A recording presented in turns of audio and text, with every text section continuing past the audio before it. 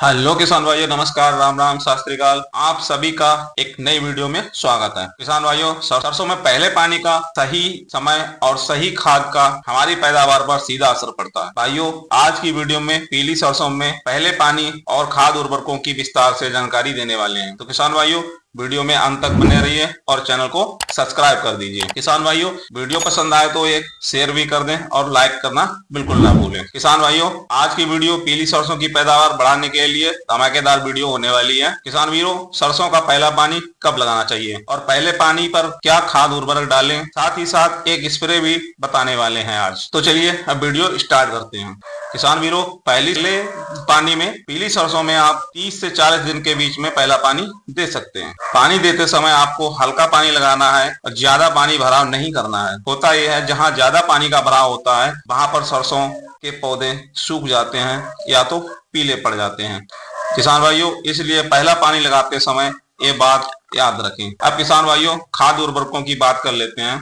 तो भैया, यदि सरसों की बिजाई के समय आपने एनपीके या डीएपी नहीं डाल पाए हैं तो इस समय क्या डीएपी का प्रयोग कर सकते हैं, क्योंकि अक्टूबर माह में डीएपी खाद की बहुत बड़ी शॉर्टेज हो जाती है। इससे सभी किसान भाइयों को डीएपी नहीं मिल पाती है। बहुत से किसान पूछते हैं, क्या भैया पहले पानी के समय डीएपी डाल सकते हैं, साथ में और किन किन उर्वरकों को डाल सकते हैं? तो मैं उन्हें बता दूं कि आप इस समय सूखी जमीन में यानी पानी देने से पहले डीएपी का प्रयोग कर सकते हैं। किसान भाइयों, एक बात आपको और बताता चलूं कि सरसों में आप जितना लेट पानी लगाओगे उतना ही अच्छा उत्पादन होगा। इसमें आप 30 दिन के बाद ही पानी लगाएं, लगभग 35 से 40 दिन के बाद में पानी लगा दें। इससे होता यह है कि हमारे पौधे की जड़ों को नमी के लिए ज्यादा गहराई में जाना पड़ता है, जिससे पौधे का नीचे से फैलाव ज्यादा रहता है और फलियां नीचे से आनी शुरू हो जाती हैं, साथ ही साथ शाखाएं भी अलग निकलती हैं। किसान भाइयों, यदि आपकी सरसों अच्छी ग्रोथ कर रही हो तो उस कंडीशन में लेट पानी लगाएं, अन्यथा 25 से 30 दिन में पहला पानी लगा दें। अब अपने मेन मुद्दे की बात करते हैं। तो हाँ किसान भाइयों, यदि आपने बुआई के समय डीएपी डाल रखा है तो अब फिर से डीएपी नहीं देना है। अब सवाल ये रहता है कि तो क्या डालें जिससे पैदावार बढ़ सके। तो किसान भाइयों, मैं आपको 1 एकड़ खेत के लिए एक खाद की मात्रा बता रहा हूँ। आपको 45 से 50 किलोग्राम यूरिया लेनी है। ध्यान रखें, यूरिया छोटे दानों वाली ही लें, मोटे दानों की यूरिया आपको नहीं लेनी है, क्योंकि इसमें सल्फर आदि जैसे उर्वरक अच्छी तरह नहीं मिल पाते हैं। अब यूरिया के साथ आपको सल्फर भी लेनी है। सल्फर की मात्रा आपको 3 से 4 किलोग्राम प्रति एकड़ रखनी है। सल्फर का हमारी सरसों में पैदावार में बहुत बड़ा रोल होता है, क्योंकि सल्फर सरसों की तेल की मात्रा को बढ़ाती है। इसे आप सभी तेल वाली फसलों में जरूर लगानी चाहिए। सल्फर से हमारी फसल में सर्दी से लड़ने की क्षमता भी बढ़ती है, यानी सर्दी का प्रयोग फसलों में कम हो जाता है। सरसों में आपको वेंटोनाइल सल्फर की जगह 80% WDG सल्फर डालनी है। ये सल्फर फंगीसाइड का भी काम करती है। ये आपकी सरसों में तना गलन की समस्या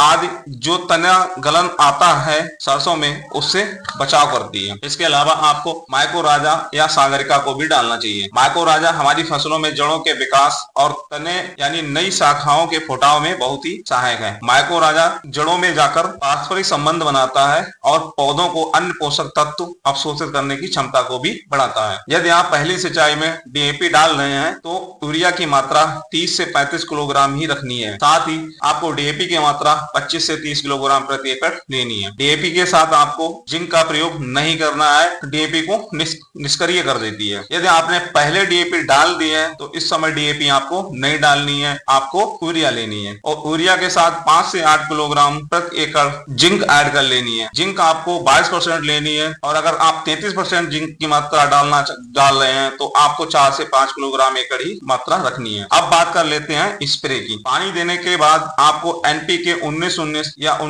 एनपीके 20-20 दोनों में से किसी एक को लेकर इसके साथ 12% वाली जिंक जो आती है वो 100 ग्राम प्रति एकड़ में 150 लीटर पानी में घोल मिलाकर स्प्रे कर देनी है। एनपीके की मात्रा 1 किलोग्राम रखनी है। इन सभी उर्वरकों को लगाने के 10 से 15 दिन बाद आपकी फसल झूमने लगेगी। तो किसान भाइयों, आज की वीडियो में दी गई जानकारी कैसी लगी कमेंट में जरूर बताएं। धन्यवाद। राम राम।